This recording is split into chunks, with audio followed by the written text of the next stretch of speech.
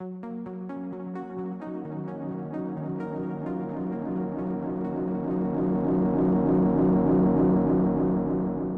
guys, welcome back to the QX Financial video series on estate planning. Today we are joined again by attorney Phil Shekerlian, and we'll be discussing the purpose and importance of having a trust, some of the consequences of going through probate, and some of the healthcare related questions that need to be answered. So Phil, welcome back. How are you? Thank you for having me again, guys. Yeah, thanks for joining us. How are you holding up during this whole COVID situation? Doing well. Business has still been quite busy.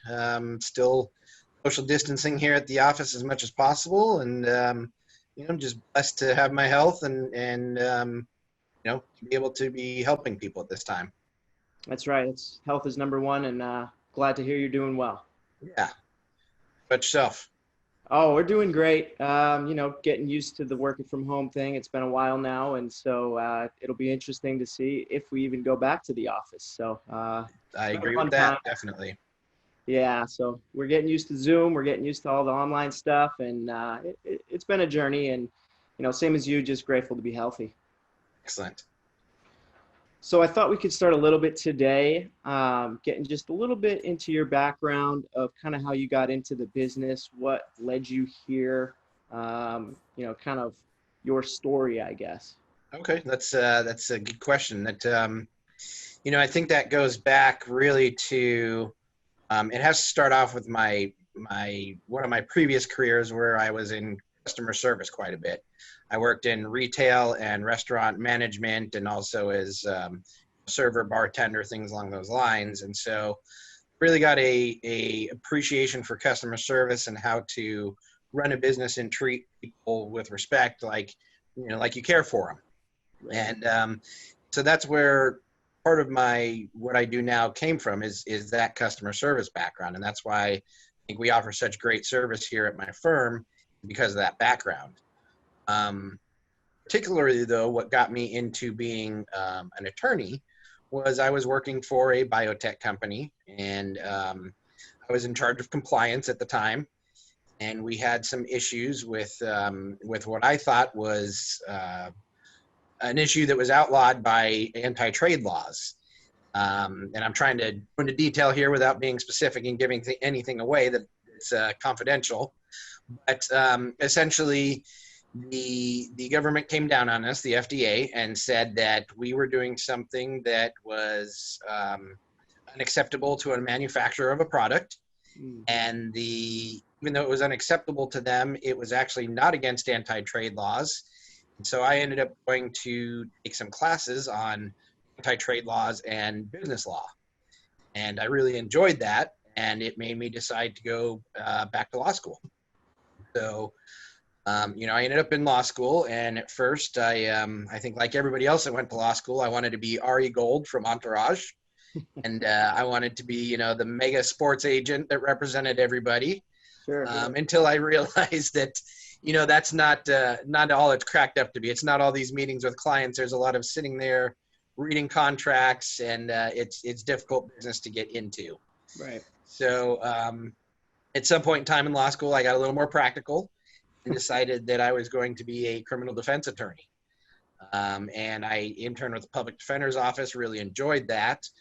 But then I realized that there was really, and my goal was to try to do something that helps people.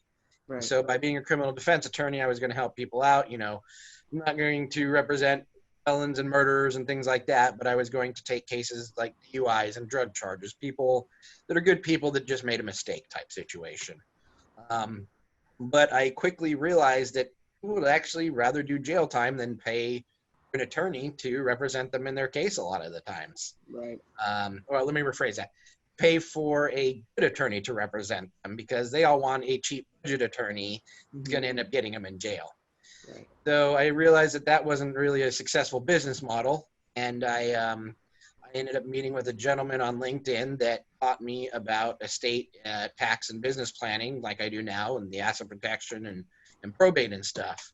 And he taught me all this, and we partnered up for a little while, and then he moved on to something else, and I continued this practice. And I love what I do. It's not like coming into work every day. Mhm. I'm out helping people, and I really, my clients thank me at the end of the day, and nobody's filing bar complaints against me. Yeah, right. That's awesome. It sounds like caring for others and helping people kind of centers around everything you've done in your life, and it's really cool to hear that you finally found a home where you can really make a good impact. That's awesome. Yeah, thank you. And I'm glad you brought up LinkedIn. We're going to do a video about LinkedIn later on, so stay tuned on that. But yeah, LinkedIn has become quite a powerful tool nowadays. It sure has. Cool. Well, I thought maybe we could start talking a little bit about trusts, kind of Okay. why they're useful, especially in the state of California. Maybe you could take it away on that. Yeah. Trusts are really a valuable tool. They can be used for so many different situations. There's the most common situation, which is to avoid probate. And some people know about that, some people don't. But they're also good for things like reducing the amount of taxes that you pay. They can protect you against lawsuits from creditors, or car accidents, or a bad business relationship. That's a good way to make sure that your assets stay in your family for generations, so that you can pass on a legacy to kids, your grandkids, your great grandkids as well. Especially if you have a family business, that's something that's really important, is to make sure that you have the proper plan in place to ensure that that business continues on.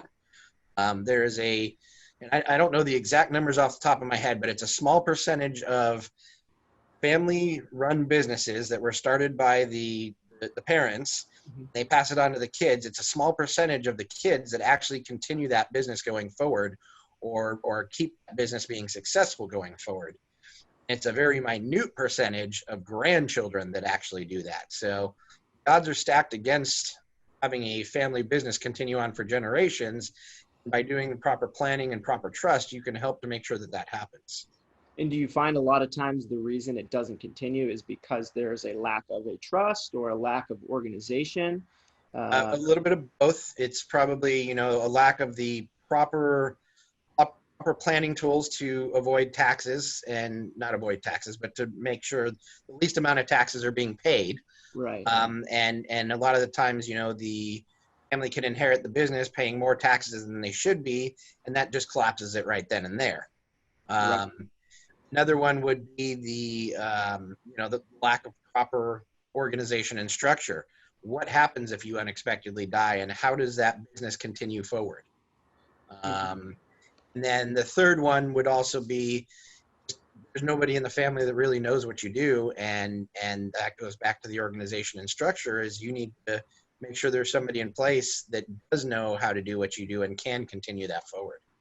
Right. Yeah, I've heard of that situation before where the dad does all this work and has rental properties or whatever it may be, and the kids or the spouse are just completely unaware, and Mm-hmm. they're like wondering what's going to happen. And so it sounds like planning and talking it out and being open is one of the better things you can do to avoid those kind of. 100%.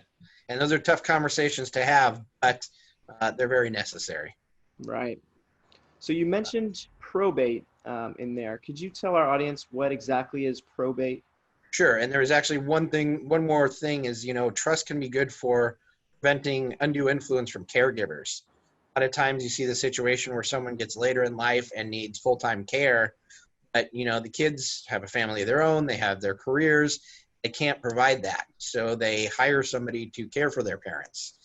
And that the parent over time can get feelings of neglect or whatever the case may be, or be influenced by that caretaker to say, hey, kids don't care about you. I'm the one here for you. You should leave everything to me.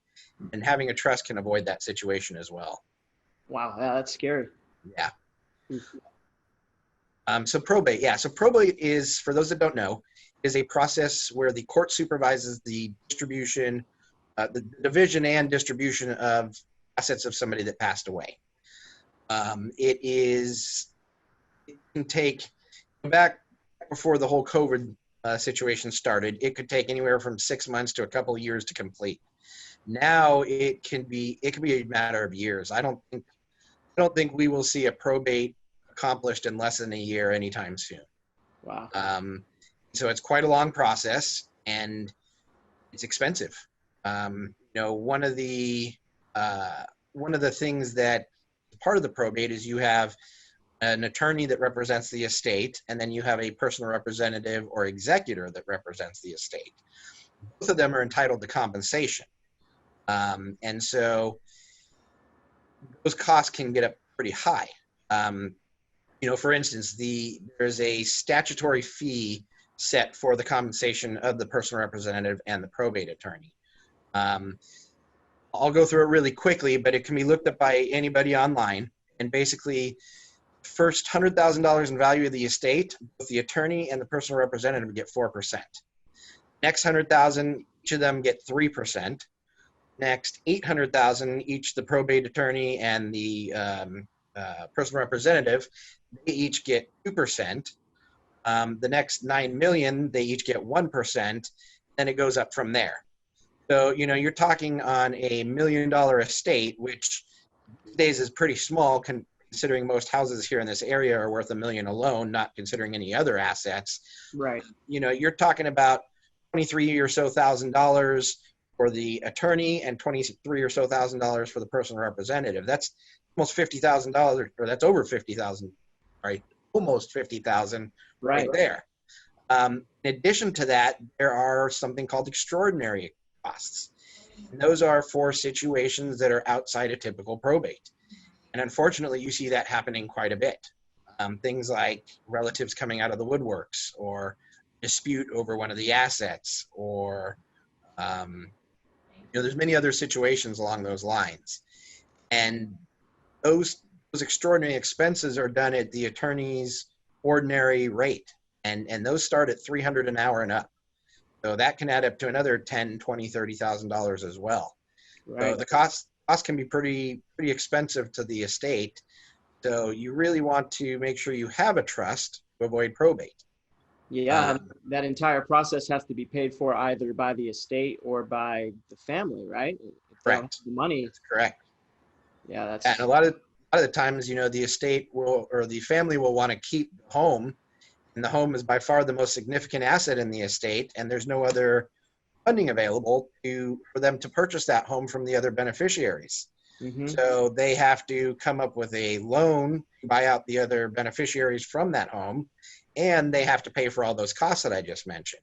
Mm-hmm. That's why it's extremely important to have life insurance, to make sure that there is a way to make sure your assets are divided properly and to pay for these types of fees and things. Right, exactly. It all just comes back to planning, right? It's absolutely things that we don't want to think about when we pass, right? But just a little bit of planning can make things a lot better. Definitely. And the only planning that avoids probate is a trust. It can be any type of trust. We'll discuss in a further video about the different types of trusts, but any type of trust will avoid a probate here in the state of California. Mm-hmm. Will not avoid probate. And different states have different rules, but a lot of them have the trust avoids probate rule as well. Interesting. Yes. Very cool. Well, you mentioned a little bit about types of trust. Maybe you want to touch a little bit on a couple different types of trusts sure. that are important in California. Sure. So I'll start off talking about the most common type of trust that most people do, which is a revocable living trust. There's also many different types of irrevocable trusts, which we will discuss in more detail in the other video, as I was just saying. They have a whole bunch of benefits to those irrevocable trusts. For most people, a revocable living trust is what they need. It will avoid probate. It will direct where their assets go. It helps them control their assets from the grave if they need to. And it allows them to travel to different states. If somebody sets up a trust in California, that trust can be administered in any state in the nation. They don't have to stay in California because they have that trust. And additionally, if the trust is set up properly, it will not have any effect on their divorce if the clients were to get divorced. Unfortunately, I do see a lot of times where the trusts are not set up properly. They may do a online doc prep type one where they put in their information online and it spits out a trust. Mm-hmm. And a lot of the times they end up with converting assets from community property to separate property or vice versa. And then they end up getting a divorce 10, 15 years later, and all of a sudden somebody's extremely irritated because they are losing out on money that should have been theirs in the divorce process. Right, and that makes the difficult process even more difficult, right? Mm-hmm. Absolutely.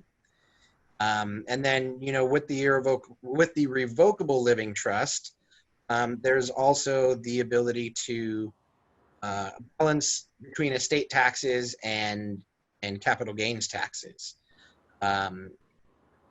There's some terms out there that I'm going to try to explain as easily as possible. But when a married couple, when the first spouse dies, there are some options that can happen at that point in time to their trust. The person that died, they are called the decedent.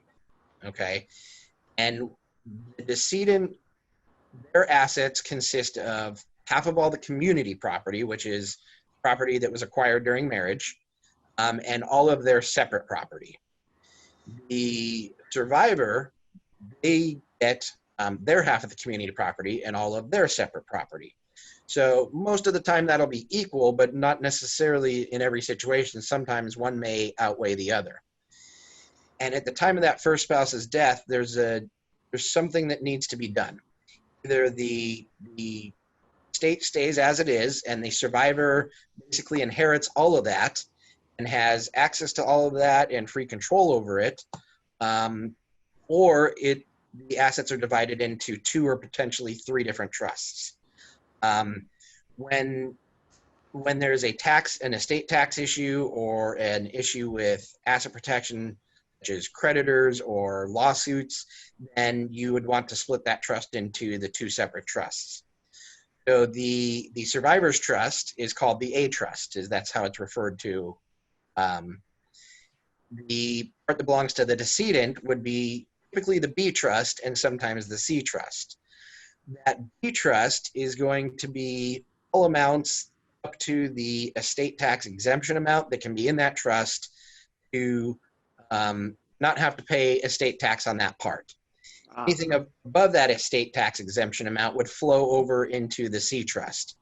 Think of the B trust as a bucket that's only as big as the exemption amount, the estate tax exemption amount, and anything that can't fit in that bucket flows over into the C trust. Those B and C trusts have some very, very nice benefits to them, one of which is asset protection. Those B and C trusts can be there for providing for the survivor for the rest of their life. If the survivor runs out of money in their own survivor's trust, the A trust, then they can use the assets in the B and C trust if necessary to provide for their care and comfort and support. Mm-hmm. But if they don't need it, then the assets stay in the B and C trust. They're protected from creditors while they're in there. They potentially have some tax benefits, estate tax benefits. Now, depending on the way the trust is set up, there will be either the estate tax benefits, whether there's if there's just the trust after the first death, then there will be what's called a step-up in basis 2 times on the assets. And what the step-up in basis is for any asset that grows in value, it has to, the IRS and the California Franchise Tax Board require you to pay taxes on that increase in value. That's called a capital gains tax. When somebody dies with an asset in their estate, right, there's a break given, and any capital gains tax owed at the time of their death is forever erased for the beneficiaries that inherit that asset. And if the survivor keeps all of the assets in the A trust, then there will be a step-up in basis upon the death of the first spouse. The survivor will no longer owe any capital gains taxes. Then when the survivor dies, there will be another step-up in basis, and the kids or the heirs will owe no estate taxes at that point in time. However, if you divide that trust into 2 when the first spouse dies, you can get some benefit from either the estate tax, or you can get that second step-up in basis of capital gains tax. You can't have both. And there's some very technical language that needs to be in the trust to make sure that happens correctly. Mm-hmm. Wow, that's very interesting.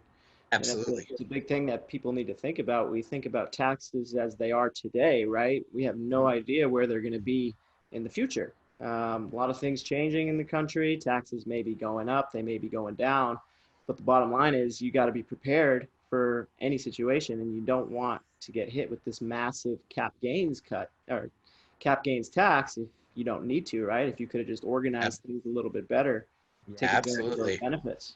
Absolutely. You know, it's a lot of people don't understand the way that that works. And fortunately, a lot of estate planning attorneys don't understand the way that works because they're not tax attorneys. Hmm. And so a lot of times people can end up with a trust that will result in them paying more taxes than they would if they didn't have a trust. Right, right. No, that's huge. Yeah. Very It's cool. important to build flexibility in because like you said, we don't know what the tax laws are going to be. You know, Mhm. in a month and a half or it's about a month from now, we could have completely new tax laws as a result of the election. Right, So it's you gotta prepare for every situation. exactly. Very cool. Yeah. Take a break there, Ben. I think we said we wanted to. Yep. Yeah, I think we can cut it there. And so that's Thank you again for joining us today. For anyone starting to look into the estate planning process or just curious to get some more information, please check out the links in the description for Phil's client information form. That'll give you a great idea of what kind of information you'll want to have ready for when you do meet with an estate planning professional. And Phil has been very gracious to share his expertise with our audience, and he is also offering a no cost, no obligation consultation. So definitely reach out to him to take advantage, and we'll put his contact information in the description as well. Next time on our video series, we'll be diving into some of the documents needed to prepare for the estate planning process. As always, please remember to like, comment, and subscribe. And please share this video with your family and friends so that they also can benefit from this information. Bye-bye. The commentary provided in this video is for informational and educational purposes only. No advice, offer, or solicitation of any kind, expressed or implied, is being given. The views and opinions expressed do not necessarily represent the views and opinions of QX Financial, any subsidiaries, or associates thereof. When considering making any changes to your situation, you should consult a competent licensed professional. All rights reserved. Copyright September 17th, 2020. This information is not intended and should not be taken as legal advice for any particular set of facts or circumstances. You should contact an attorney directly for advice with specific legal problems. None of this information creates an attorney-client relationship with the law offices of Phil Shekerlian.